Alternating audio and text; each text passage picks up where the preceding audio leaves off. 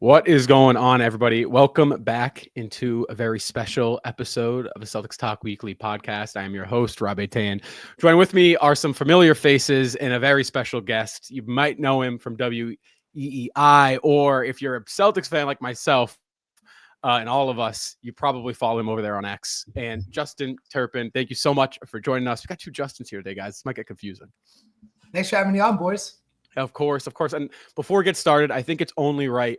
You are the star of our post-game shows. I mean, I got your Twitter or your X on. You can ask anybody on Reload. I love what you do over there. So I just want to give props to you before we get started. Thank you, man. I really appreciate that. Oh no, thank you, man. You give us all. You're like our Dick Lipe here. That's exactly. That is my inspiration, man. That's who I'm trying to be. That guy is a machine.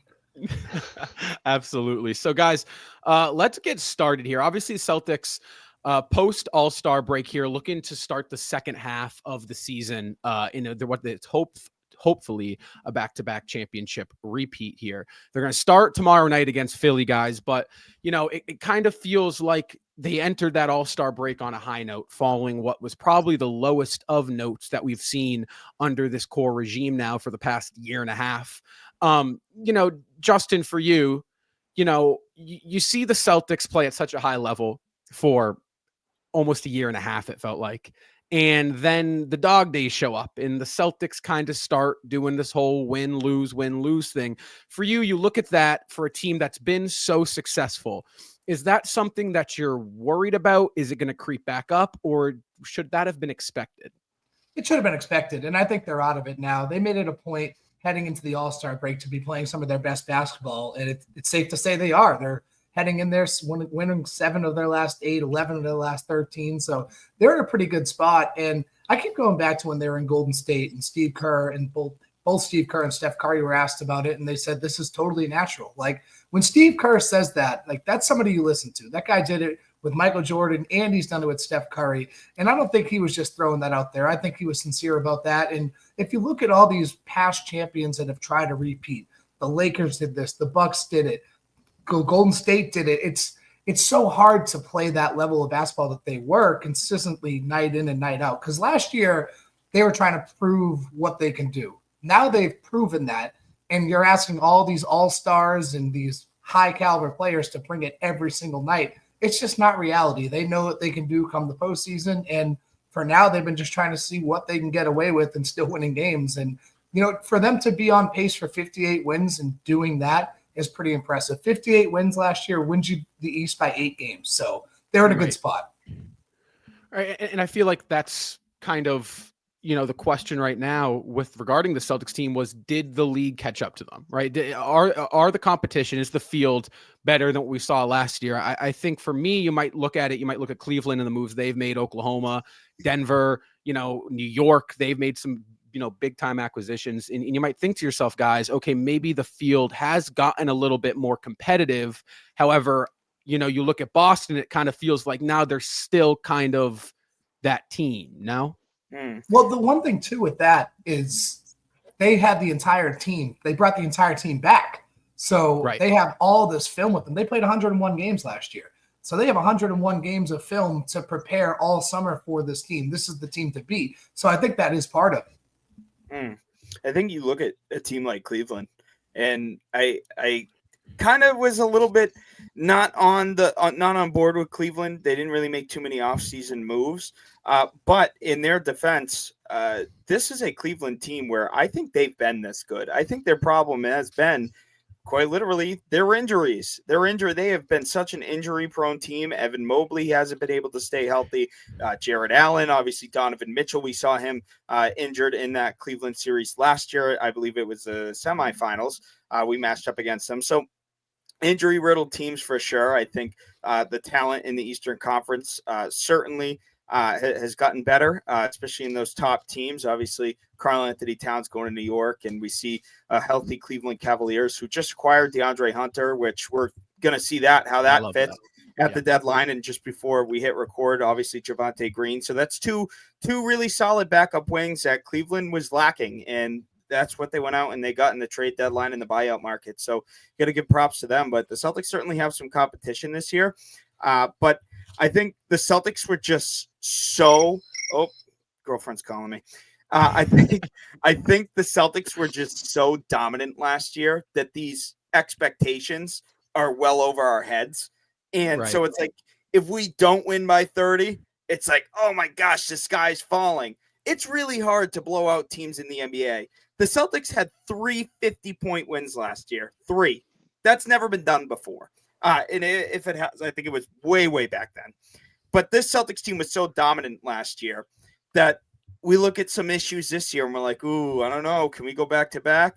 The Celtics have kind of leveled themselves out going into the break. I think 10 of their last 13 games they've won, and they've looked really good doing so, especially picking up some big wins, guys. Before we hit the All-Star break, Cleveland, New York, Philly, those are some really solid wins for this Celtics team.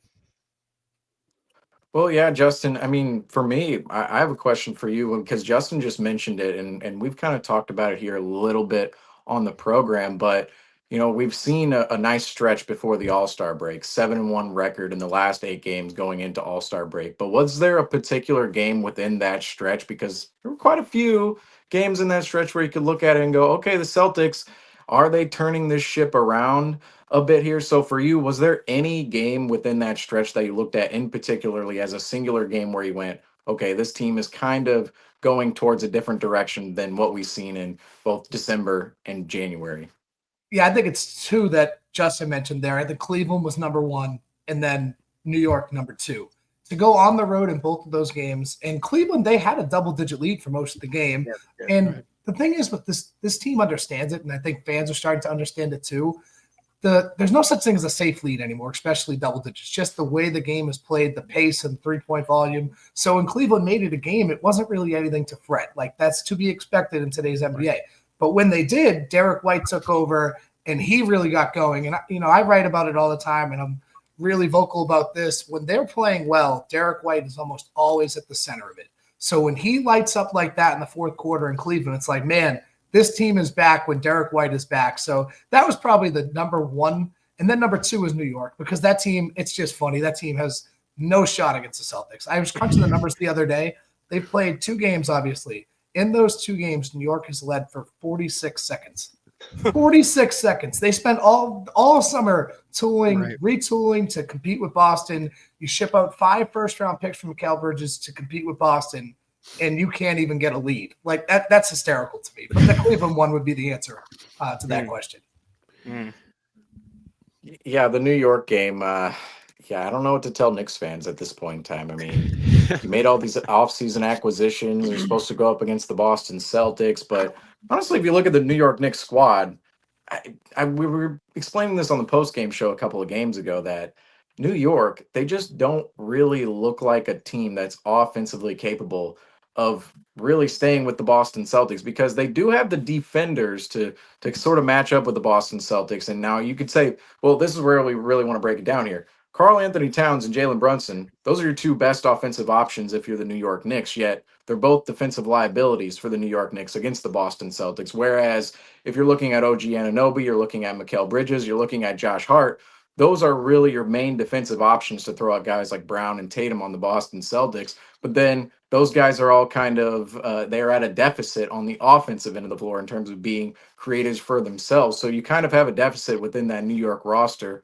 whether it's with the 3 guys who are mainly defenders, not so much offensive creators, but then you have the 2 offensive creators who are not really mainly defenders. You kind of have a little bit of a weird balance there within the starting lineup. In New York, they're so top heavy right now that you look at their bench and go, if they have to mix and match with the Celtics, which this is always so big in the NBA playoffs, is how many different styles of ball can a team throw out, and how many different looks can they throw out during a playoff series? Because the Celtics, they can go to many different looks within their lineup. You think about the versatile big man rotation. You think about Jason Tatum and Jaylen Brown, what they're able to do as forwards. You look at the guard rotation of the Boston Celtics. The Celtics can really mix and match their lineups, as we've seen all season long, whereas other teams, if they have to play a specific style of play, well, if that style of play is compromised by the Boston Celtics, then ultimately they don't really have too many other places to look at. So that New York game, definitely for me, that New York game stuck out because New York was relatively healthy. OG Anunoby, of course, didn't play that night. But New York, they're a team that really, like you said, I love that stat you just threw out, how they've only led the Boston Celtics 46 ridiculous. seconds I this think that's what season? it was. I mean, I'm just going off the top of my head. It was under a minute. I could tell you that for sure. 46 was sticking, so we're gonna go with that one. I mean, regardless, under a minute. I mean, 2 games, and both of the games too. It's like what the lead was probably at the beginning, and then the Celtics pretty much just ran Right. away with the rest of the game. And there's a clear problem there with the Knicks. But yeah, the Cavs are a little bit scarier of a team. I would even say they're scarier now with the news that just broke before we came on here, that Javonte Green is going to be joining the Cleveland Cavaliers. But again, the Cavs kind of have the same problem in the sense of there's multiple guys that you can attack on the Cavs roster if you're the Boston Celtics. But of course, they did make 2 deadline acquisitions in DeAndre Hunter, now Javonte Green. That one's a buyout acquisition after the deadline. But do you see Cleveland as a legitimate? Now, this question, I will say, is a question where you could say, yeah, of course, a team could beat the Celtics in any given series, any given day. But do you see Cleveland having the horses to actually race with the Celtics this season, even after the DeAndre Hunter acquisition and Javonte Green signing? I don't, and I really don't. And I think DeAndre Hunter, if you look at his stats against Jason and Jalen, that's who you're going out and you're getting a wing stopper. He can't stop them. If you look at his numbers against them, I mean, they've had their way against him. I mean, you look at these Cleveland games, right? The first one when they broke their undefeated streak, Boston had a double-digit lead for almost the entire game. And like we were talking about earlier, Cleveland made a late push, which to be expected. Boston held on. The second one, when they lost, Donovan Mitchell had 25 points in the fourth quarter. Is that going to happen? We were also up again? 15 in that game. They're up 15 in that one. And Peterson Donovan game. Mitchell explodes for 25 points in the fourth quarter. If you need 25 points from Donovan Mitchell to beat this team, it's not going to happen 4 games out of a 7-game series. Well, we saw it last year. Remember, game 1, it was all Donovan Mitchell, and they fell short. Right. I mean, and I remember saying that in the postgame show. I said, if they're going to so heavily rely on one guy, Donovan Mitchell, go ahead, let Donovan Mitchell go off. It's like Jordan in the 80s, right? Like Celtic, let Jordan go for 60, contain the other guys, and that's something that you could see with this team. And that's part of it too, is they're going to let Mobley and Allen take any of the 2s they want. Right, so if you want to trade those 2 for 3s, we can do it. It's just no team in the Eastern Conference really matches up with them. And I hate to sound like that confident and cocky, but the film shows it. If you just watch those games back, it's so apparent that none of these teams can match up with them. Is there a sleeper team to you right now? I know you said no team could match up against the Boston Celtics, which is completely agreeable here, but is there a sleeper team right now other than the Cavs and the Knicks? Because we talked about the Cavs and the Knicks a ton. I think those are the 2 obvious ones in terms of the standings and how they've geared up to really beat the Boston Celtics. But is there a sleeper team right now in the standings that could potentially make their way up the standings and maybe threaten the Celtics in your mind? Detroit. I would say the Pacers. I mean, you look at that Pacers series last year, they're a couple bounces away from being down 3-1 in that series. Thank God for Drew Holiday, because, man, I don't know where they would have been without him. So I'd say the Pacers for that one. I feel like when you're looking at and really the league, there's there's two tiers of teams you got to look at, right? And there's the tier in the Eastern Conference that are the teams that record-wise can match up with Boston, right? Like the Clevelands, the New Yorks. I mean, maybe Milwaukee, just because of Giannis, there always has that question mark. Oh, you got a Giannis. But it's okay, they can't match what Boston does offensively and defensively, right? The 2-way versatility Boston presents with their top 6 is just unmatched compared to what you see in the East. And then you look at the top guys out West. Okay, who threatens Boston in a potential finals series, right? You got Oklahoma, you got Houston, you got now maybe LA, even though I think they're probably a year or 2 away from really being there. And then you got Denver, right? Exactly. But then really, it's okay, the top guys out West, well, they don't have that experience. Boston's going to have that experience factor, kind of like what you just mentioned, Justin, against Indiana. Those bounces. I mean, that was the experience of the Celtics finally coming through. They finally found a matchup where they had that experience. I love that you brought that up, because if they are to play the Thunder or the Rockets in the finals, I compare it almost to the 2022 finals, where Golden State was the team that had been there and done that, and Boston was not ready. Boston could have won that series. They should have won that series, for being honest. And they didn't, because Golden State had been there. They were experienced. They knew how to handle it. They had guys like Clay and Steph and Draymond. Now the Celtics are looking at it like we got the Jays, Kristaps, Drew and Derek, the guys that have been there. So I look at it like if any of those teams in the Western Conference, if it is the Thunder or the Rockets, like that's how I view that. And if it's the Lakers, first of all, I think you hit on it, Justin. That'd be so much fun if that was the finals matchup. But I just don't think second year in a row of picking apart Luka Doncic in the finals. Bring it on. He was their best offensive player in the finals. That's the Celtics, that is. If they got him in the action, they were scoring. Like, he was their best offensive weapon. Oh, yeah, no doubt. I mean, you look. I totally lost I lost my train of thought. I was just about to mention something. I mean, going back to the whole experience thing, it's like you look at those. I mean, really, you could have gone all 4 games, maybe 3 games, except the exception of game 2, but like definitely game 1 where Celtics were down 5 against Indiana with like 10 seconds left and back-to-back turnovers for Indiana. It's like they are like a year away from experience, and they lose that game. And they probably lose those other 2 games too. Like Indiana, just those minimal mistakes. And they might, you know what? Go ahead. Sorry. No, just like, going back to other Justin's point here about, Indiana and them probably being the toughest matchup. If you see them again, I don't think it's going to be a cakewalk this time. They've been there before. They're going to have that experience a little bit more. So obviously I don't look at Indiana as a threat, right? Do I think Indiana can beat Boston? No, absolutely not. They're not in the same tier as us. However, right, I think what I 100% agree with you is like, okay, you look at Indiana, it's like that could be, I could see a world where Indiana gets hot, they make some big plays, they match up well, and you look and you find yourself in a game 6 situation where it's a close game in the fourth quarter and you got to make a couple plays to win the game. So it's like, I love that pick. I think Indiana's really underlooked right now in the whole, scope of the NBA. I don't think it's Cleveland, guys. I don't think I would be shocked, and I'll stay with that word, shocked, if we match up with Cleveland in the Eastern Conference Finals. Really? I would be, absolutely. You look in the biggest turn for them, right? Obviously, too, Justin, you had it right. Injuries, they were hurt kind of all last year. Garland went down and then Mobley went down. I feel like one thing after another, but really it's been Kenny Atkinson in my eyes, right? That hiring has kind of allowed them to kind of unlock that too, because they do have some two-way versatility. It just comes from 2 different points of their roster with their centers and their guards, but they're kind of the same team that you saw crumble in the second round, and you are what your record says you are. And I look at a player like Donovan Mitchell, and yes, he's had some postseason individual success. I haven't seen this guy go through a playoff series or a playoff run and really do it. So I look at it from a star standpoint, and I don't think Donovan now, in year 8, I don't think he's got the track record.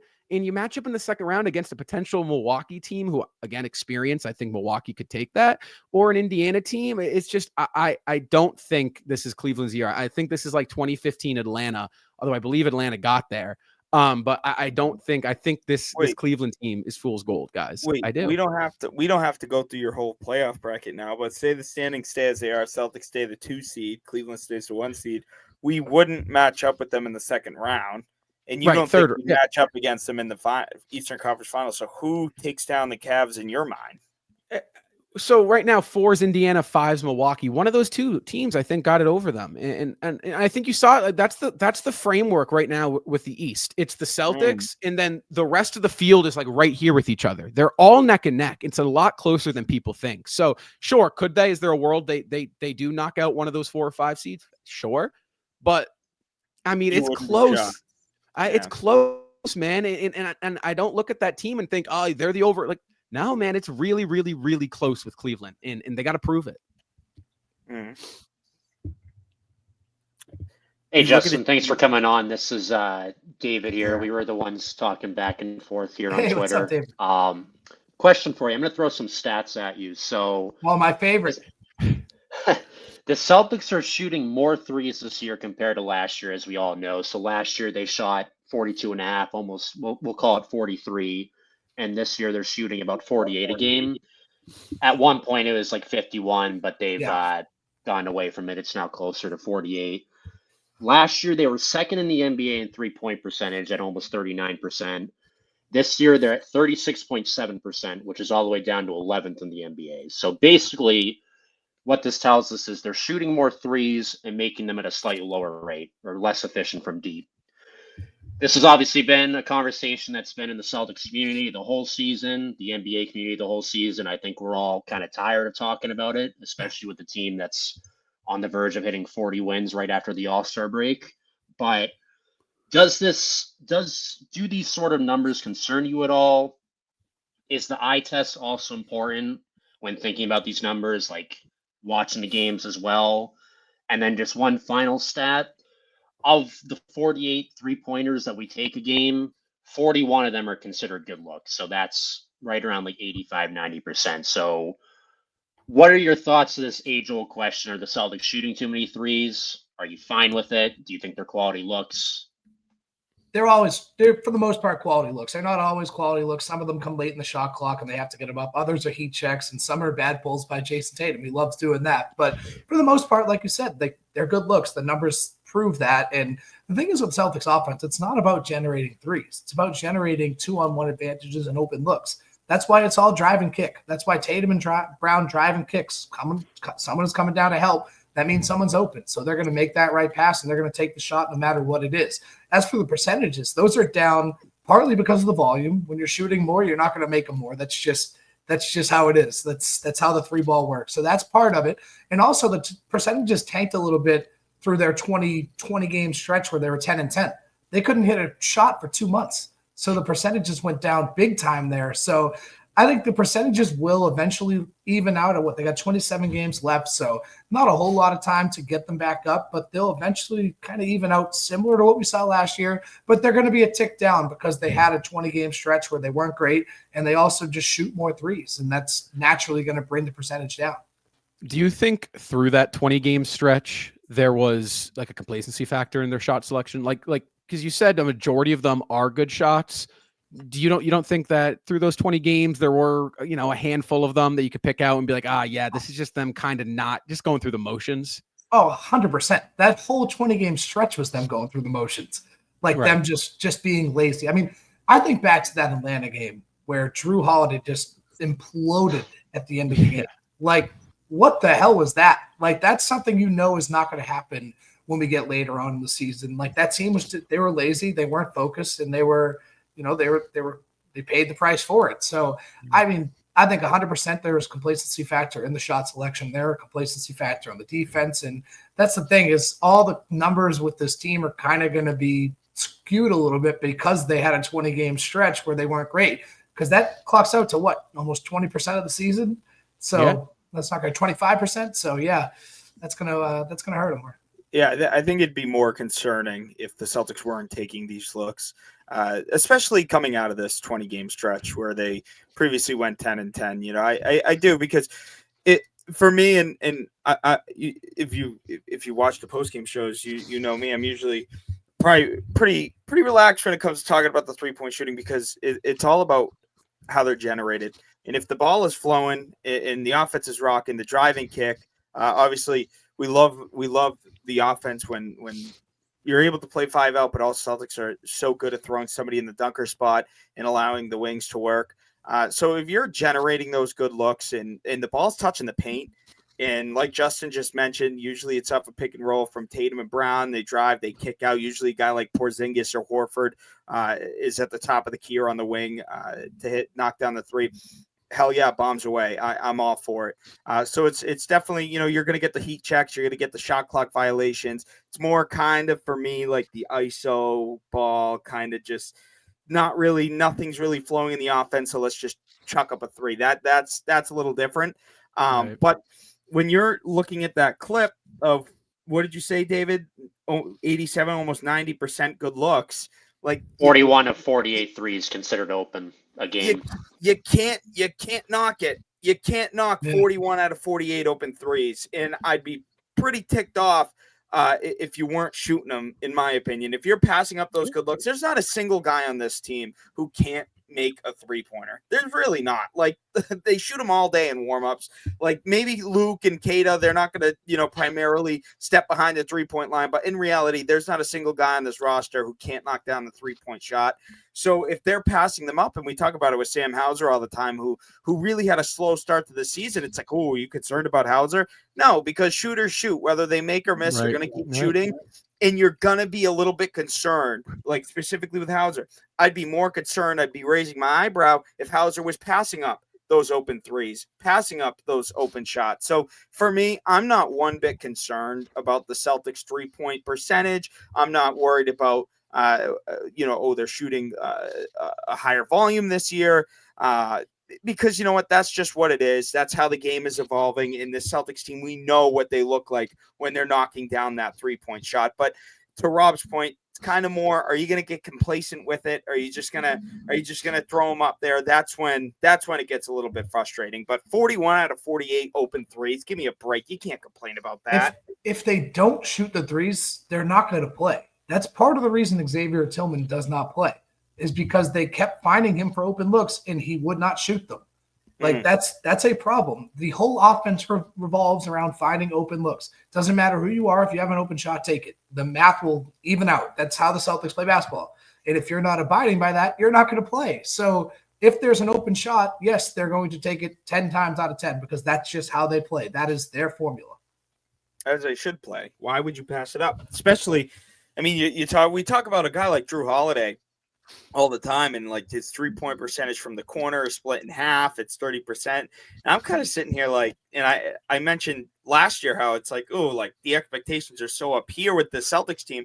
You look at a guy like Drew Holiday shooting that corner 3 in the mid-30s this year. That's still not that bad. But last year he shot it historically well, upwards 62, I want to say. Yeah, 60%. Guys, we've never seen that before. That's like 2K put up the sliders, open corner 3, and he knocks it down like the Family Guy corner 3 glitch is what I love that one. Every time they hit like 3 of those in the quarter, I put that video out. That's my corner 3. Corner 3. So that's what it is. It's just like, and now he shoots him, and if he misses, people are like, oh man, like it's like, no, this guy just shot 64% last year. Like, let him fly. You're open. That's the thing. I don't mind the 3-point shots. Maybe I get the old fashioned people want to hit the paint, but that's just not how that's today. Kevin Hart. That's who that is.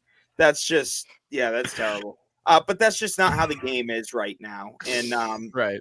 And if you're gonna hit the paint, it's most likely nowadays going to lead into a 3-point shot anyway. So, it is what it is. It is what it is. Yeah, and you mentioned Kevin Hart. I don't know if I want to go into this right now. Don't do it. Don't do it. Don't do it. Like, what did you think of All-Star Weekend this week, Justin? Or Justin Turpin? I gotta specify the Justins here. You haven't talked to me. What did you think of 2025 All-Star Weekend? When they played basketball, the basketball was good. The problem is they didn't do a lot of playing basketball. I saw the Reddit posts, and I don't know how accurate it was. I didn't go back and time it myself, but in the 3-hour span, they played 42 minutes of basketball. That's insane. Like, what are we doing? And I love the TNT crew. I love Shaq and Ernie, what they've done for the game. And I grew up watching those guys and still love watching those guys. And to give them a tribute in the middle of the game when they're not going anywhere, they're essentially just changing teams. The show is still going to be on TV. It's just not going to be on TNT. So what is the point of stopping the game to honor these people when they're going to be doing the same exact thing next year, just at a different desk? Like, it made no sense to me. And the thing is, too, it's like, they want to give credit to the crew and everyone that produced the show. They're keeping the TNT producers for the show. Like, it made no sense to me. Like, the more you read into it, the more, it just made no sense. Absolutely zero sense. Well, it was frustrating because I was confused. Like, I vividly paid attention to the All-Star game, and I was sitting there saying, where the hell is Cade Cunningham? I advocated for Cade Cunningham to be an All-Star. I barely saw him play. That's the thing about this All-Star format I just didn't like, is you barely saw anybody. You really didn't. Like, you didn't see many minutes from much people because it wasn't timed. I hate the target score. But not to get too in-depth about the All-Star weekend because we have, other topics to reach on. But it's like, the NBA, and Michael Hawley on BST said this. He really said this really well. He goes, you know what? When Draymond said this format sucks, he's right. But guess what? At the end of the day, it's you, Draymond Green. It's the players. The players want to put effort in. We could do a target score of 40. We could do a 48-minute game, East versus West. We could do a 1v1 tournament. Guess what? In the end, it doesn't matter, because if the players aren't going to play, they're not going to try. It doesn't matter what format we do it in. It's not going to work. And this All-Star weekend, I've been a fan for a very long time. This, in my opinion, was the worst All-Star weekend I have ever watched. And if it wasn't for Mac McClung dunking over Ikea, I really think this is overall. I also had a problem with that too. You didn't like the Mr. Beast gimmick? No, that might have been the best part, honestly. The buzzer beater on that kid making the half-court shot. I have never seen such thrown in the money on players' face. I thought Gilgeous-Alexander was going to jump over that counter and punch Kevin Hart in the face. I thought Damian Lillard was going to punch Mr. Beast in the face, tell him to back the F up. It was a mess. In my opinion, this Mr. Beast cat anyway? Like, he's on the Hornets jerseys. I know he's a YouTuber, but like, I've never come across any of his content. He's taken. You got to go into a brand new YouTube account. First video, Mr. Beast just has the algorithm. Is it worth a search? It's modern day Willy Wonka. That's the best way I can describe it. They're using him to attract the Gen Z audience, basically. Exactly. That's the thing. It was a very entertainment, a very business thing. Like it didn't feel like it was about the players. It didn't feel like it was any competition. It was just entertainment. I thought what Chris Paul and Victor Wembanyama did was embarrassing for the league. I didn't think that helped them in any way, shape, or form. I just think it was an atrocious weekend, if you want me to be honest with you. I'm going to agree with you though, Justin. The players did it to themselves at the end of the day, right? Like I'm with you guys at every point. I thought it sucked. I thought the dunk contest was actually pretty entertaining. Between I think Stephon Castle did well, Matas was bad, but I thought overall 3-point contest is what it is, right? But at the end of the day, the main event Sunday, the All-Star game. I think the NBA was like, okay, well, we can't put the faith in the players to, make this thing work. We got to kind of take it into our own hands. And in the process, I think I'd rather watch 48 minutes of pickup of paint dry. Of paint drives and 43s. I think you're right. They try to make it more of an entertainment thing or in a TV show than a game. But the problem is the game was actually good. Like, they actually had competition for once in the last 6 years. So they kind of screwed themselves. I said if anybody should get the MVP award, it should have been Wembanyama, because he was playing with passion, like he was playing for real. But I mean, what are you going to do? Again, the players did it to themselves. I get it; they're trying to relate to the audience and the younger group, reaching out with Mr. Beast and giving the TNT crew love. But I just think from the players' perspective, it's like you can complain all you want, but you kind of did this to yourselves. 100%. And I can never do what they do, but at the same time, remember the All-Star games? I just watched a highlight. It's I believe it was Michael Jordan's last All-Star game, and Kobe Bryant got fouled shooting a 3, and Zeke was one of the All-Star coaches. He's saying Kobe missed the free throws, so Jordan could win his last All-Star game. Kobe looked at it like, no, I'm not missing the free throws, and he made him won the game. It's like that. We're missing that. We really are missing that type of competition, and I don't know if we're going to find it anytime soon.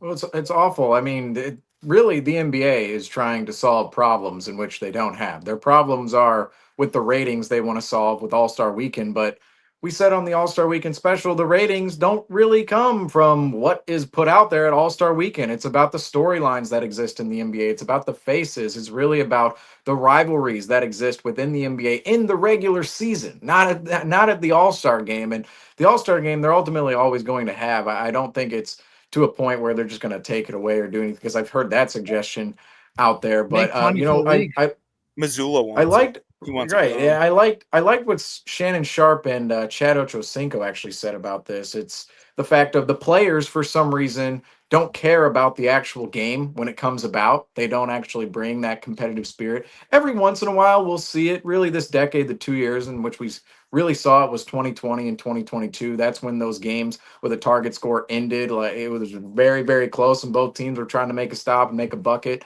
down the stretch. But outside of that, I think that's really what the All-Star game is going to bring, is the fact that every other year you're going to have a good game, and some of these games are going to be blowouts. We see that in the NBA every single night. You might have an 8-game slate where they're all blowouts, and one's great. And that's what we just see in basketball. But I like what they said in terms of the players. They don't play within the game. They're not competitive within the actual All-Star game. Yet they'll complain when they don't make the game and be mad about it. It's a little double standard there, where it's like, okay, it's an honor to make the All-Star game, and they complain about it. Yet when they get there, they actually go and ruin the product by not playing in the game. But again, like I said, there's been years in which we've seen good games and years in which we haven't seen good games. But the fixes are simple for the NBA this All-Star weekend. They went all the way over the top. I mean, you guys already pretty much said it, where on Sunday, the amount of basketball that was actually played within a 3-hour time slot was actually laughable. I mean, it was completely laughable. There were more commercials, there were more shenanigans than anything but basketball. And really, this is simple. It's on Friday night, have the Rising Stars game. Play it as a normal game. There's no reason to split it into a tournament. We already talked about it on the special, how the NBA just loves tournaments and March Madness and all this nonsense, but it's the NBA. It's not March Madness. It's not college basketball. There's no reason to be putting tournaments out everywhere. They've worked elsewhere, say in the NBA Cup and maybe the play-in tournament, but at All-Star Weekend, there's just no need for them.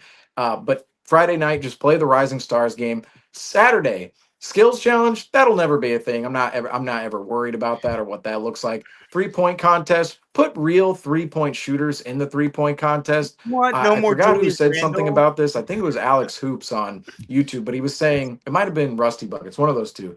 They were saying that the 3-point contest, there's a little bit less of a specialty to it because it used to be more of a novelty in the game of basketball. Less guys actually shot the 3-point ball, and those were the players which were put in the 3-point contest. But then this year, we kind of had just a couple of volume shooters in there, and maybe not even the best shooters on their team. Still all right competition. I didn't really have a huge problem with it. Dunk contest. What I think the NBA actually messed up with this year is that Stephon Castle was actually a great dunker and put on a great performance, but it didn't matter because you had Mac McClung put up yet another generational type of dunk contest performance. The And he's not G-leaguer. even an NBA player. So you The actually had an G-leaguer. NBA player who was willing to show up puppet. and compete in Stephon Castle and make a moment for himself, a guy that could potentially turn into an all-star later on down the line. You look at some of these other guys who were in the dunk contest in the past, DeMar DeRozan, Giannis Antetokounmpo. They were in the dunk contest before they were all-stars. That might be Stephon Castle in the future. They actually had a good dunker come out of the NBA ranks,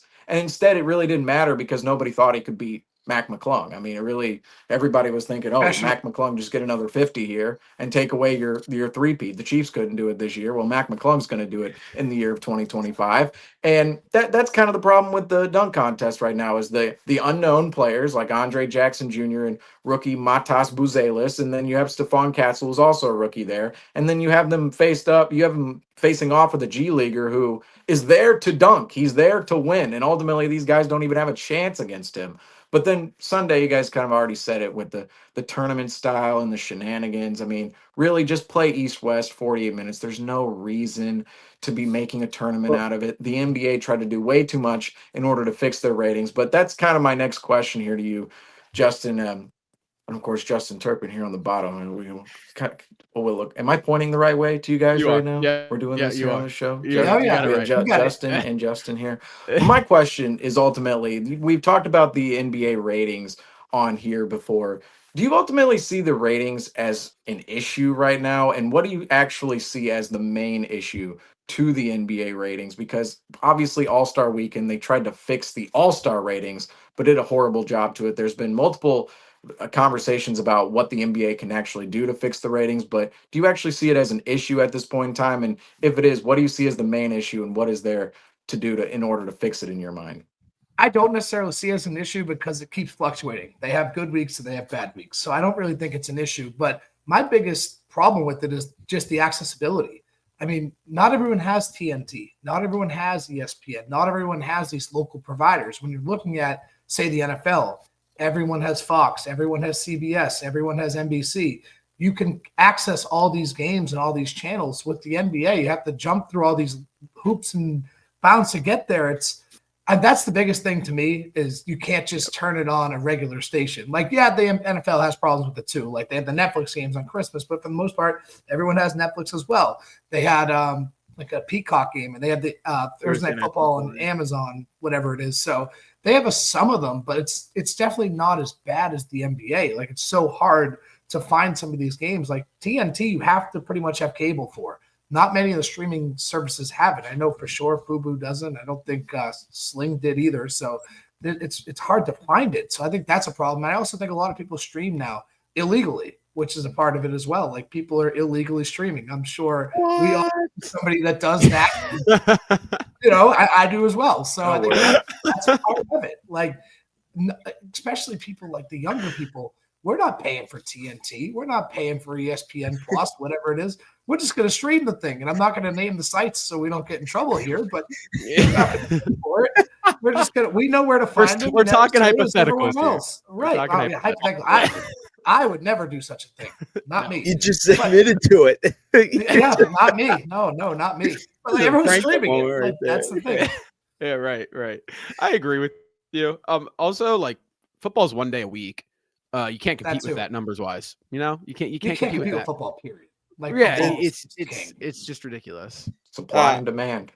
I mean, we're on the topic of ratings right now, but I did just think about this question when we were talking about the All-Star game, when it talks about competing and all that. Has the NBA ever done something like what the MLB used to do, where it's like, oh, like if the East wins, they get home court advantage during the finals? Have they ever done anything like that? No, because they've always had it as the top record in the league. Yeah, well, I'm just saying they should try something with the All-Star game, like a reward or something. Like obviously everybody plays for the cash nowadays, but they should try something. I know it might be weird, like it's like, oh, that year the 8th seed in Miami Heat gets to the final, it's like, oh, they earn home court advantage. So, but like just the idea of like a reward for the winner, I don't know if that'd make them play for something. But that was just a past thought on that past conversation. I didn't know if the league ever tried anything. Is these guys, the All-Stars for the most part, are the Supermax guys. So what is an extra $2 million going to do for those guys? If that's what you're saying, I don't know if the cash. Just ship them over here. I'll take it. Yeah, I'll take it. Hey, that's great. That's great for someone like a Luke Cornett, like an Xavier Tillman, those minimum guys, right? Like that's great. But for everyone else, you did not just call Luke Cornett a minimum guy. We're not. He is a minimum. He's not a minimum deal. I mean, that's just what it is. Yeah, but he's way better than that. He just dominated Karl Anthony Towns. No. But by the salary, he is a minimum player. Okay. I mentioned him as an All-Star. Is what I did actually.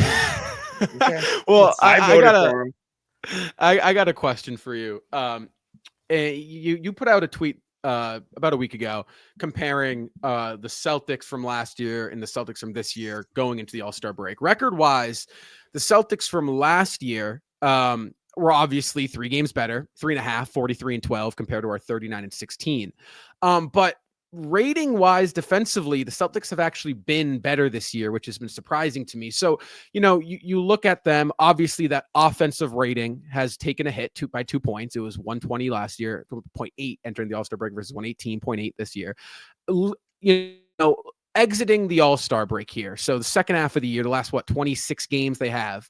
Do you see Boston performing better than what they did last year? I guess is what I'm asking, because it feels like sure, they're 4 games worse start, but it feels like they're trending upwards, and their peak might be better than what their peak last year was. Now, oh yeah, their peak will be better than what it was last year, because I think they're going to make a run at this 1 seed. I think they see there's an opportunity. They have another game with Cleveland. If Cleveland stumbles out the gates, they're really going to try to make a run at that. Something they didn't really do in the regular season last year, right? It was just pure dominance throughout. They really never turned it up a notch per se. They were always just on level 100, but there's another level above that they could take it to. So I think their peak could be better. It just depends on what Cleveland does. If Cleveland does come out stumbling a little bit, then Boston's going to try to jump on that. But if not, if it's like, all right, we're better off punting on the 2 seed, punting on the 1 seed, getting the 2, and just having guys rest up. Let's not push anyone too far. I can also see them doing that. But I really put that out there just to compare and contrast. Like you said, they're not that far off,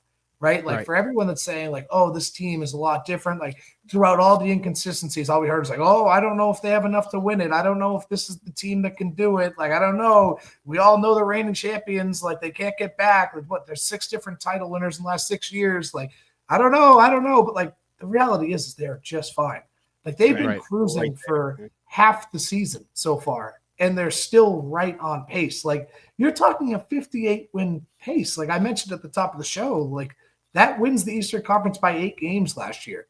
You're doing okay. Everything's okay. And they're doing this with guys being in and out of the lineup. Obviously, Kristaps Porzingis reacclimating, and that kind of goes back to what we were talking about earlier about teams kind of having film on them. They guarded the Celtics differently. When Kristaps is coming back, that's the X factor there. That's how a lot of the defensive coverage has changed when he's on there. So it took him a little bit to acclimate to that. Took them a little bit to get everyone healthy and on the floor. And now we're seeing everyone get back together, start clicking. They've seen these coverages. They know what team's throwing at them, and they've played better since they've really turned it up. So I think this peak could be better, but they're right on pace is the point. Like they're not far off, and they're just fine for all the concerns there were. Yeah, I mean, we've yet to see back-to-back losses in the last, I don't know, 2 years. Like we didn't see it last year. Yeah. 820 days, I believe. I keep track of that. I keep track of that. Yeah. I keep track of that. It's like, so we go through these stretches and we're playing 500 basketball and we're like, oh my gosh, the world is ending. The sky is falling. And they're, whatever, they're 10-3 in their last 13 games now or whatever it is. And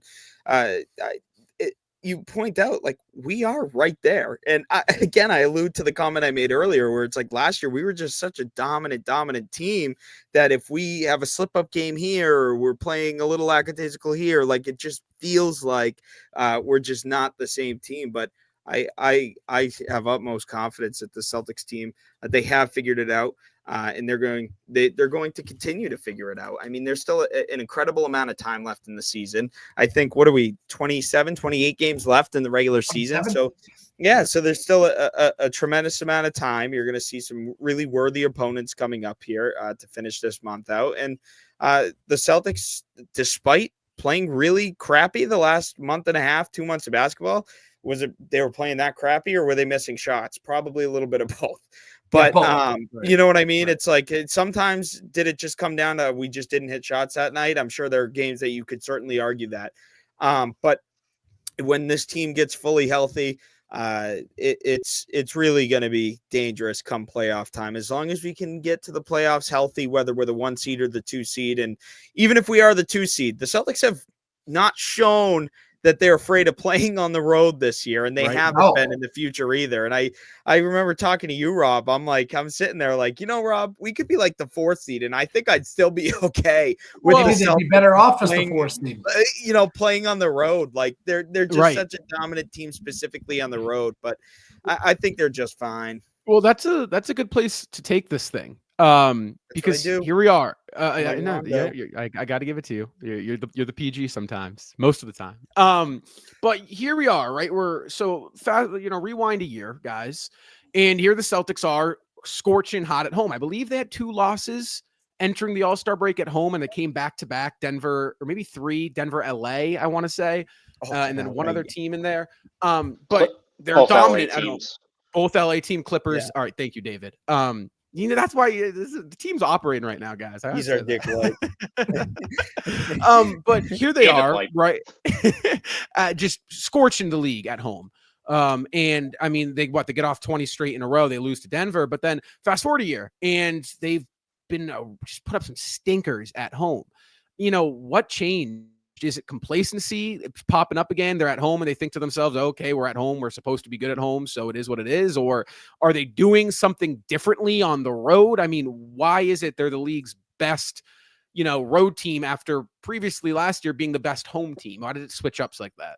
It's funny. Every time they get introduced, there's still little pieces of confetti that come flying down once they're introduced at every game. Like we're in February now, and it's still coming down, little pieces. Yep. And I've seen players pick it up and throw it away, get it off the court. That's a reminder of what they did just so short ago. The confetti is still flowing down. So when you see that banner, it's like, oh, you know what? That's what we can do. That's what we can be. We can turn it up whenever.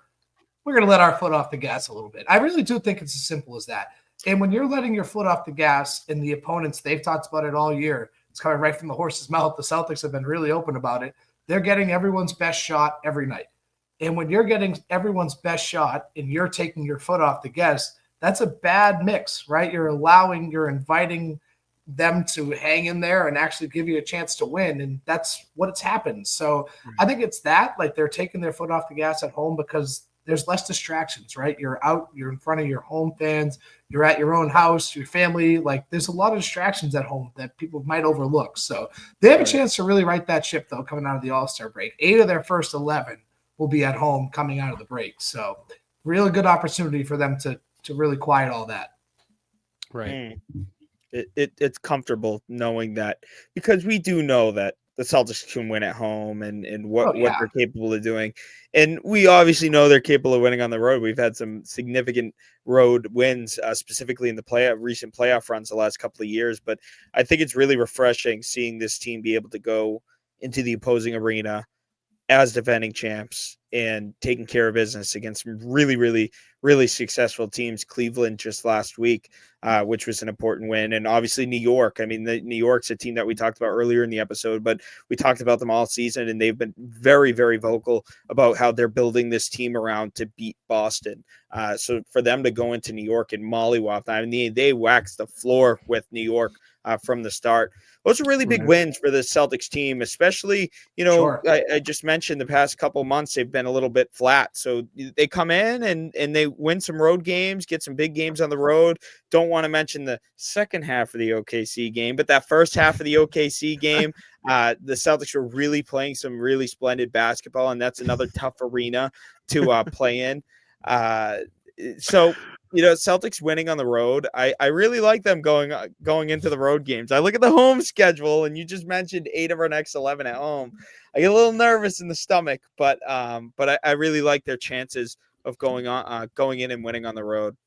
Well, and you know what though, guys, this is worth, like, Tatum came out and he said, right on air, listen, we got to be better at home. I believe it was after the Knicks game, Philly, I forget. But he came out and he said, we got to do a better job at home. And you saw them to, close out the All-Star break. They got that win against San Antonio.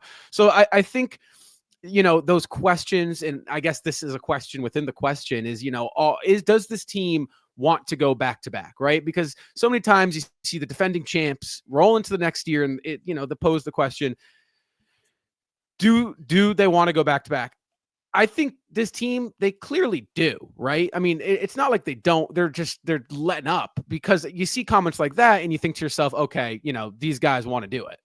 Honestly, yes, but they also want to get through the regular season. They want to get out of the regular season. They want April here. They want the playoffs here. They understand they can't sit down for 82 games. They get that they need to go through the ebbs and flows, the trials and tribulations of the regular season, and they have to, learn the ups and downs throughout the regular. They know that it's a process. But I do think that they're sitting here and saying, okay, hell with this. I want to go to the playoffs. I think that's what it comes down to as well.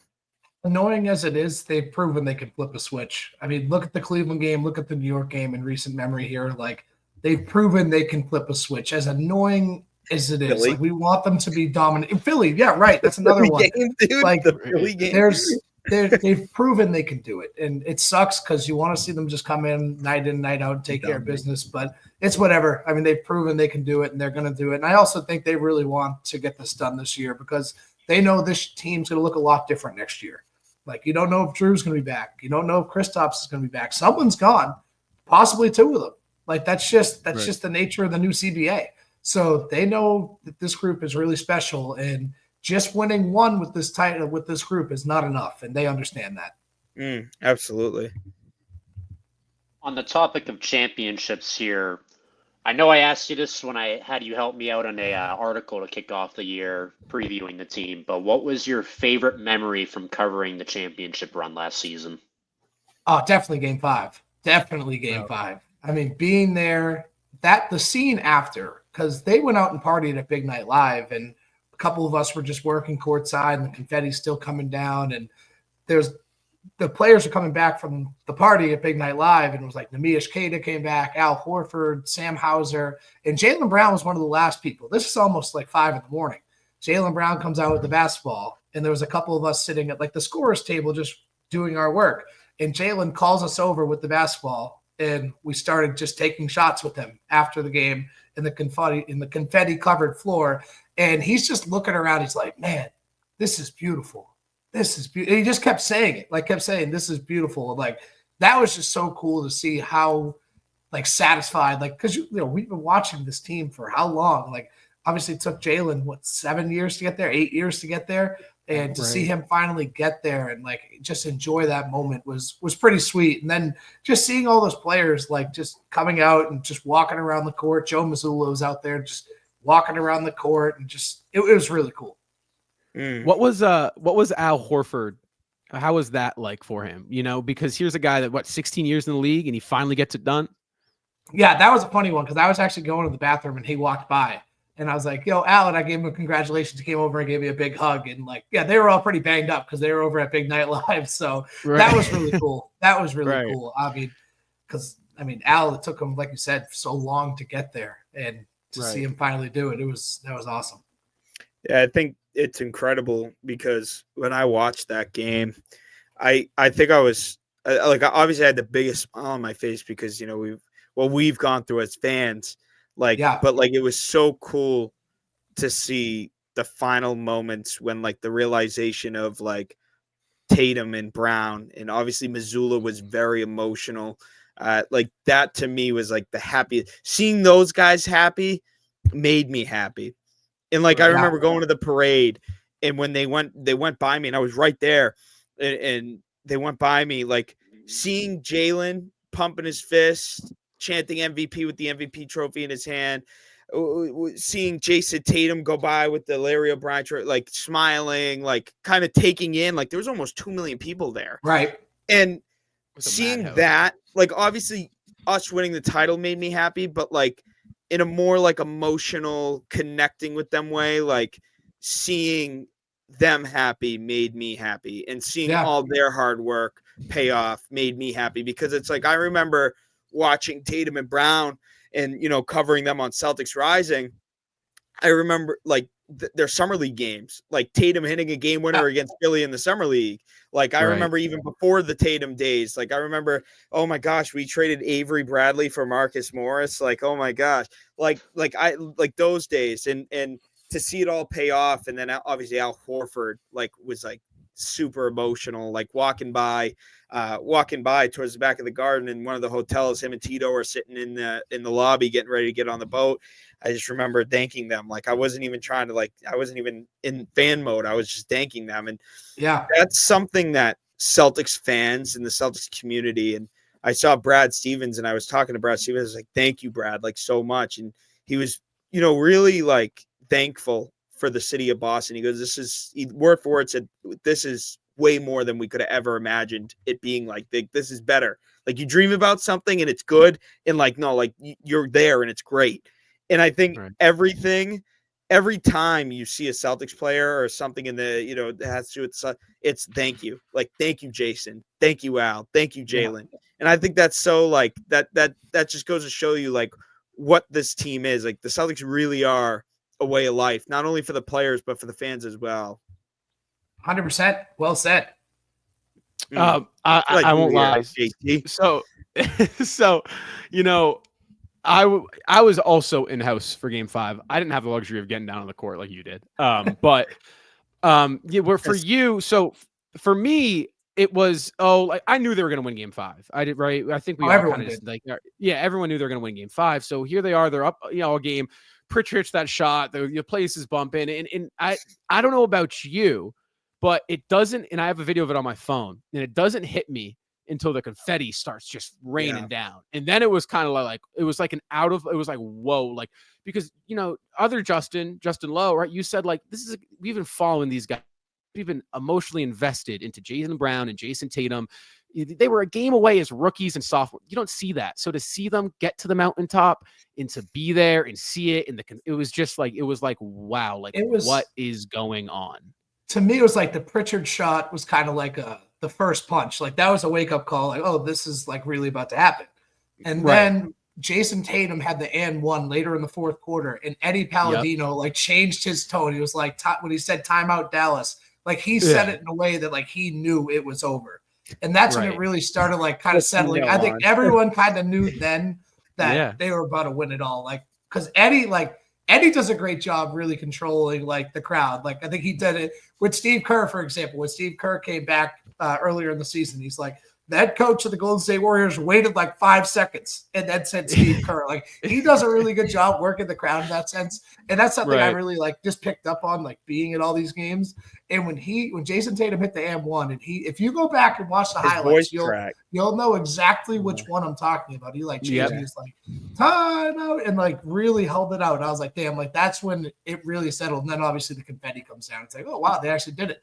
Yeah, it's surreal. So hopefully they can do it again this year, guys. So before we close out, for you, Justin, you look at the second half of the year. We know how dominant these guys can be, how dominant they have been.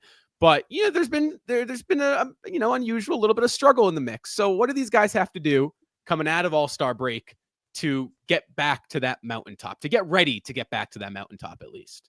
All right, number one, stay healthy. That's Right. definitely number one. Number two, take care of business at home. Stay like actually locked in, like stop messing around at home, actually get it done. Number three, they need Drew to stick it up a little bit. Drew's been up and down too much this year. He's been dealing with the shoulder injuries. So I think he's had a couple weeks now because he didn't play the last 2 games before All-Star break. So he's had some time here to rest. So that'll be good. But I think those are the three. And like, obviously they need Derek to stay consistent. So there's a lot that goes into it, but really it's just take care of business at home and stay healthy. Right. Yeah. I think there's something going on. I think there's something going on with the Drew Holiday injury, by the way. I'm no doctor, I'm no insider, but I don't know. Like, yeah, okay, he's 35 years old. You're trying to be cautious of him anyway. I don't know. I don't know. I think there's a little, me personally, just my observation, what I think there might be a little something more serious than they might be saying, than they might I think be it's just communicating. lingering because he missed I agree. like five or six games around Yeah, Christmas. but early in the season.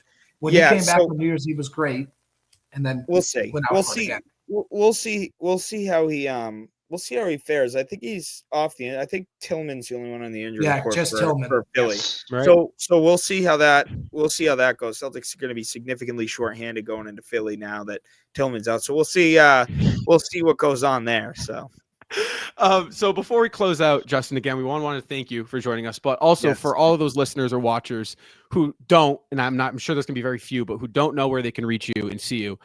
Just give yourself a quick shout out on where they can find you.